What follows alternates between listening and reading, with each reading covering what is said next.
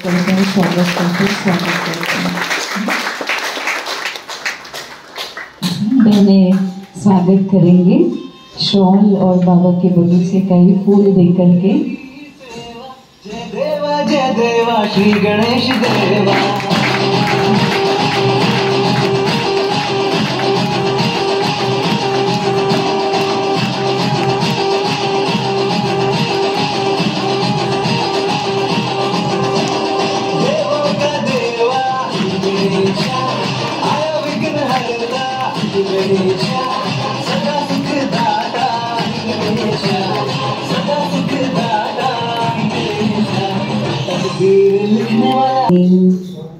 दिव्या बहन, आपका फिर से बहुत बहुत दिल से स्वागत है। आप सभी को दिव्या बहन को देख के किसकी याद आ रही है क्या? किसकी? ओह देखो, मैंने कुछ नहीं कहा। दिव्या बहन को देख करके शिवानी बहन की याद आती है। जब आप आए थे लास्ट टाइम तभी भी हमने आपको यही कहा था। और आज का दिन भी बहुत स्पेशल एंड ऑस्पिशियस है, बहुत डिवाइन डे है। ऐसे डिवाइन डे पर हमारे बीच आप जैसे डिवाइन सोल, जो नाम ही दिव्या है, तो ऐसी दिव्य आत्मा, दिव्य हस्ती हम सभी के बीच पहुंचे हैं। और विशेष आपको आज श्री गणेश के मंगल मूर्ति की इस महाआरती के लिए आमंत्रित किया है। तो ये आरती करने के पहले हम समझ लेते हैं कि जिस मंगल मूर्ति की हम आज आरती कर रहे हैं, ये मंगल मूर्ति वास्तव में हमारे लिए क्या इंस्पिरेशंस दे रही है।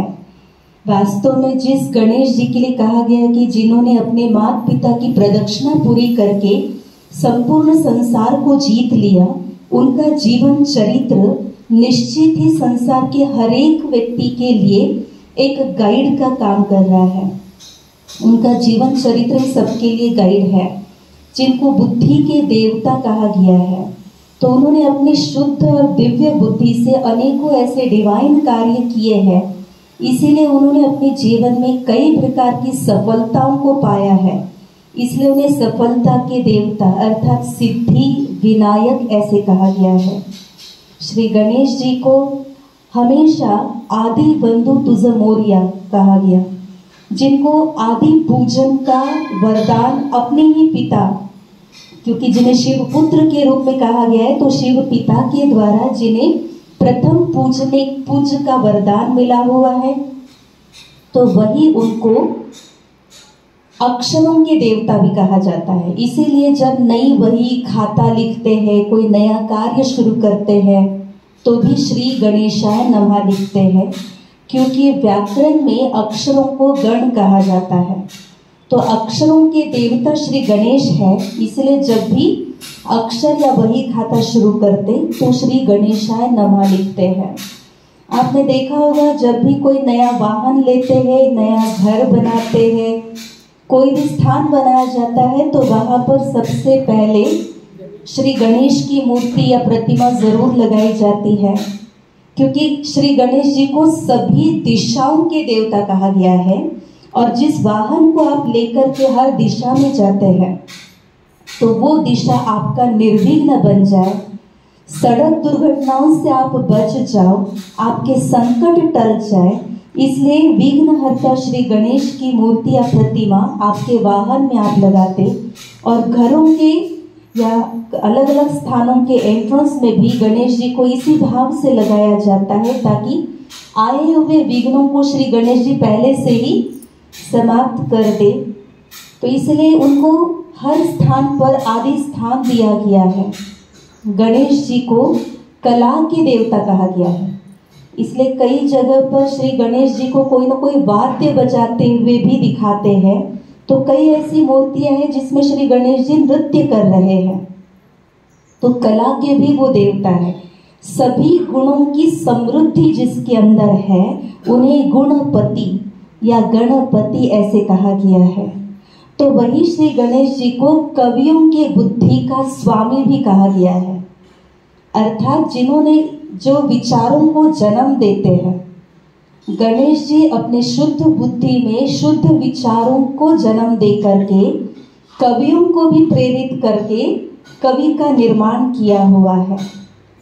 श्री गणेश जी को वाणी के भी देवता कहा गया है।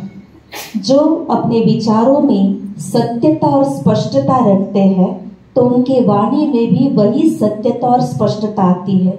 उनके वाक्य भी साधारण वाक्य न रहकर महावाक्य बन जाते हैं, इसलिए उन्हें वाणी के भी देवता कहा गया है। जहाँ तक श्री गणेश जी की जन्म कथा को हम सभी सुनते हैं तो उसमें दिखाया कि अपने माता का निर्देश पाकर जब ये बालक अपने घर के दहलीज पर बैठते हैं और अपने पिता को नहीं पहचान पाते हैं तो पिता के द्वारा सिर कटवा लेते हैं, लेकिन माता की आज्ञा या माता के निर्देश का पालन अखंड रखते हैं। तो ये घटना भी यही हमको प्रेरित करती है कि जीवन में हमें अपने कार्य को या कर्तव्य को हमेशा प्रथम स्थान पर रखना है। फिर चाहे सिर कटवाना पड़े, परंतु अपने कर्तव्यबद्ध होकर के हमें अपने कर्तव्य को का पालन जरूर करना है। श्री गणेश जी को जो शीश मिला हाथी का, तो ये हाथी के शीश के कारण ही तो संस्कृत में हाथी को गज कहते हैं। तो हाथी के शीश वाला है इसलिए गजानन। पर ये गजानन का शीश जो है बहुत मूल्यों से, वैल्यू से या क्वालिटी से भरा हुआ है। और यही पूर्ण सर्वांग सुंदर जो कहा गया, फिजिकल तौर पर आप देखो तो आज के तारीख में सुंदरता का मेजरमेंट मापदंड क्या है? स्लिम ट्रिम होना चाहिए, नाक सीधी होनी चाहिए। सुंदरता के मेजरमेंट बहुत सारे हैं, जैसे आज हम सभी के सामने जो सुंदर मूर्ति बैठी हुई है, राइट। पर गणेश जी का ऐसी क्या बात है जिसके कारण उन्हें सुंदर, सर्वांग सुंदर कहा गया है? फिजिकल तौर पे अगर देखा जाए तो इतना बड़ा सिर, इतनी बड़ी नाक, इतना बड़ा पेट, तो ये सारी बातें तो सुंदरता का कोई भी मेजरमेंट नहीं है। लेकिन ये फिजिकल तौर पे नहीं कहा गया है सर्वांग सुंदर। उनके एक एक अंग में जो गुण भरे हैं, जो गुण आज हम सभी के लिए गाइड का काम कर रही है, जो गुण हम सभी का जीवन का, हमारे जीवन का पथ प्रदर्शन कर रही है, उसके कारण उन्हें सर्वांग सुंदर कहा गया। तो बड़ा सिर ये बड़ी सोच, सही सोच का प्रतीक है। तो वही छोटी आंखें दुरादेशी बुद्धि का प्रतीक है। हर चीज को दुरादेशी होकर के देखो, सूक्ष्म बातों को भी परखो। और वही बड़े कान और छोटा मुंह। बड़े कान ये बता रहा है कि ज्यादा सुनो और बोलो कम, इसलिए उनका मुख छोटा है। जितने बड़े लोग होते हैं तो वो बोलते कम है और सुनते ज्यादा है। तो गणेश जी के बड़े बड़े कान हमें बहुत सुंदर प्रेरणा देते हैं कि जीवन में सुनने की बहुत ज्यादा आवश्यकता है। और एक अच्छा लीडर जो होता है ना, उसकी यही क्वालिटी होती है कि वो ज्यादा सामने वाले को अच्छी तरह से सुनता है, तभी जो है वो निर्णय पर पहुंचता है। तो इसलिए गणेश जी के अंदर ये सारी लीडरशिप क्वालिटी है। तो सुनते ज्यादा है, बोलते कम है, इसलिए मुख छोटा है। वही बड़ा सुंड, ये बड़ा सुंड बहुत फ्लेक्सिबल है। इस सुंड के जरिए गणेश जी बड़े बड़े पेड़ उखाड़ कर फेंक भी सकते हैं। तो वही कोई छोटा बच्चा सामने है तो प्रेम से उसे उठा भी सकते हैं। तो उसी सुंड से भगवान पर जल अभिषेक भी कर सकते हैं। तो जैसे इस फ्लेक्सिबल सुंड के द्वारा समय अनुसार वो कार्य करते हैं, तो हमें भी अपने जीवन के अंदर इतना फ्लेक्सिबल होकर के रहना है कि परिस्थिति के अनुसार अपने आप को हम मोल्ड करके चले। अपने टाइट नेचर के साथ चलेंगे तो हम खुद ही अपने आप के लिए विघ्न रूप बनेंगे, समस्या रूप बनेंगे। तो वही गणेश जी का बड़ा पेट बहुत सुंदर बात हमको प्रेरित करता है कि हमारे अंदर बचाने की शक्ति होनी चाहिए। जीवन में हम कितने भी बड़े हो जाए, किसी भी स्तर पर पहुंचे, कितने भी फेमस हो जाए, पॉपुलर हो जाए, किंतु हम जिस जरिए, जिन स्टेप्स के जरिए ऊपर तक पहुंचे हैं, इन सभी बातों को स्मृति में रखते हुए हर चीज को अपने भीतर समा करके फिर भी हम जमीन पर बने रहें। क्योंकि कई बार जब हम एक लेवल पर पहुंच जाते हैं तो एक प्रकार का एक अहंकार आ जाता है, ईगो आ जाता है तो ये ईगो को हमें पचाने आना चाहिए, समाने आना चाहिए। तो वही कई बार कभी दूसरों की कुछ बुराइयां देखते हैं, कभी कमजोरी देखते हैं, सुनते भी हैं, तो उसको भी हमें पचाना है, ना कि स्प्रेड करना है, किसी औरों को नहीं बताना है। अगर हमारे घर की बात होती है तो हम खुद फैलाएंगे कहीं पर? नहीं ना। हम कहते घर की बात बाहर नहीं जानी चाहिए, और वही बाहर वालों की कोई बात सुनते हैं तो किसी की कमजोरी सुनते हैं तो जैसे हमको मुखिया बना दिया है स्प्रेड करने, है ना। तो ऐसे नहीं करना है। तो गणेश जी का ये बड़ा पेट पचाने की या समाने की शक्ति को हमें प्रेरित कर रहा है। तो वही गणेश जी का जो पैर, जो बैठक है, बहुत सुंदर बैठक है, जिसमें एक पैर ऊपर है और एक पैर जमीन को टच है। इसका अर्थ है कि जीवन में आप कितने भी ऊपर जाओ अर्थात कितनी भी प्रगति करो, लेकिन इस प्रगति के साथ जमीन के साथ जुड़े रहो, उतना ही डाउन टू अर्थ रहो। तो जमीन के साथ जुड़े रहना है, जमीन के साथ अपना संबंध बनाए रखना है। ये प्रेरणा देते हुए गणेश जी की ये बैठक, ये पोजीशन हमें अपने आप में गाइड कर रहा है। तो वही गणेश जी का वाहन, इतना छोटा सा चूहा, सोचो इतना बड़ा श्री गणेश और वाहन कितना छोटा सा। हम सभी तो फिर भी कितने अच्छे वाहनों का इस्तेमाल कर रहे हैं, ब्रांडेड गाड़ियों का, है ना। और हमारे गणपति बाप्पा जी का वाहन इतना छोटा सा चूहा, लेकिन ये चूहा भी बड़े कमाल की बात है। ये चूहा भी हमें, इनको वाहन बनाया गणेश जी ने, इसके पीछे भी उनका कोई बड़ा उद्देश्य होगा ना। हर देवों के जीवन में जो कुछ भी है वो बड़े उद्देश्य के साथ ही है। तो छोटा सा चूहा है, किंतु काम बहुत करामती करता है ना। जहां भी जाता है सारा दिन दौड़ता रहता है, कभी स्थिर नहीं है, चंचल है और कुतरता रहता है, कुतर के चीजों का नुकसान करता है। किंतु बाप्पा जी ने इस चूहे को अपना वाहन बनाया है, अर्थात इस चूहे पर उन्होंने जीत पाई है। तो ये चूहा किसका प्रतीक है? ये हमारे अंतर मन का प्रतीक है। कहते ना, आज विषय विकार से मन काला हो गया है, चूहे के जैसा, और इतना चंचल है जो एक जगह टिकता नहीं है, रुकता नहीं है। सारा दिन हमारा मन भी किसी न किसी के बारे में कुतरता रहता है, सोचता रहता है।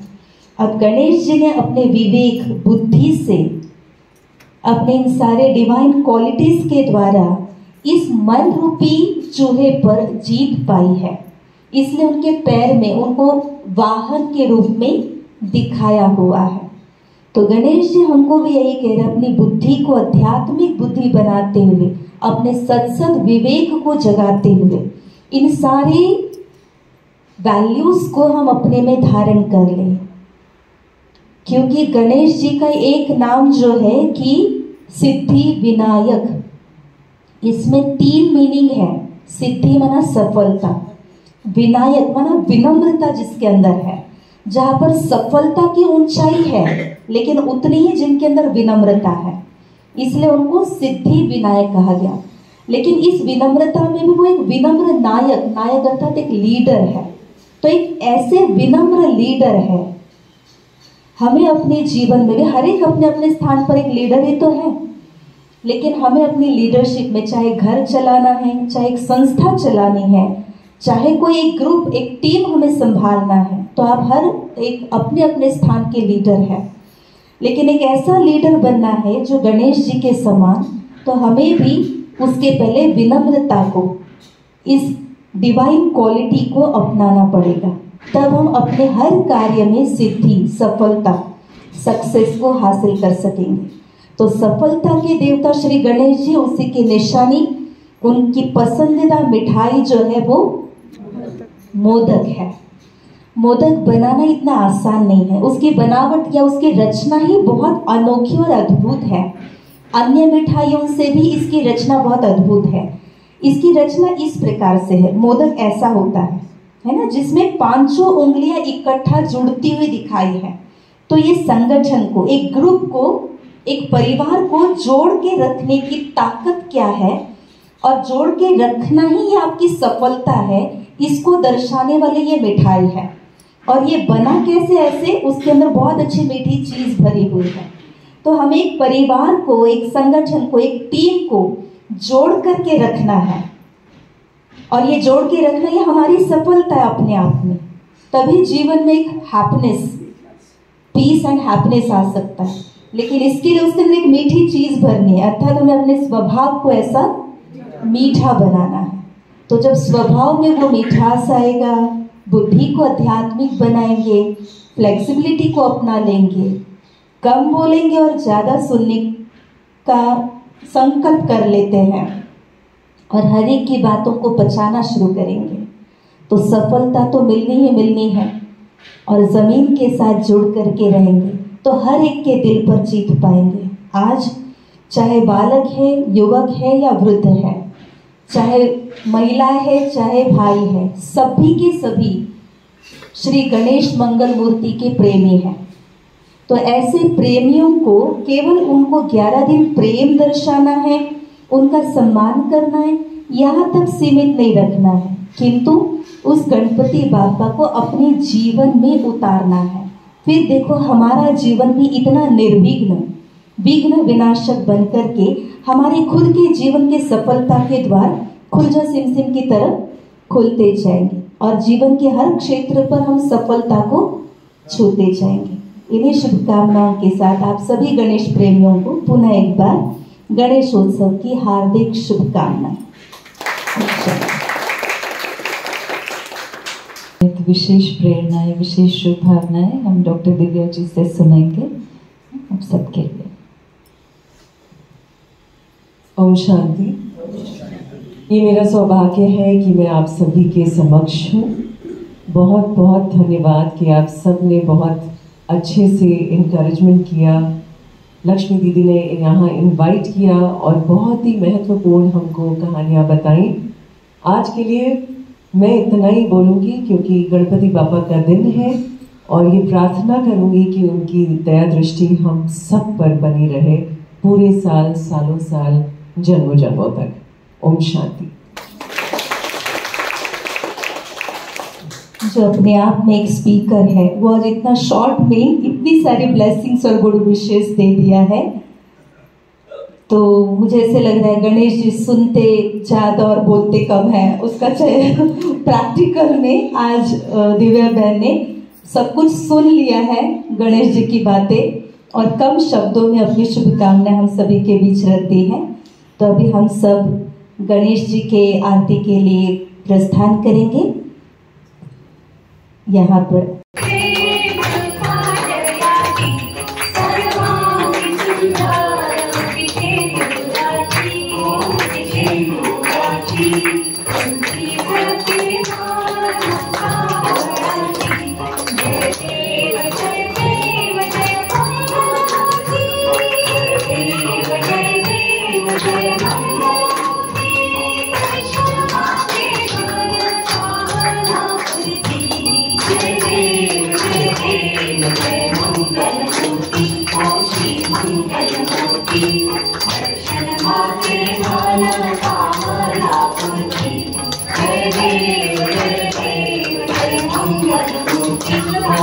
मंगलमूर्ति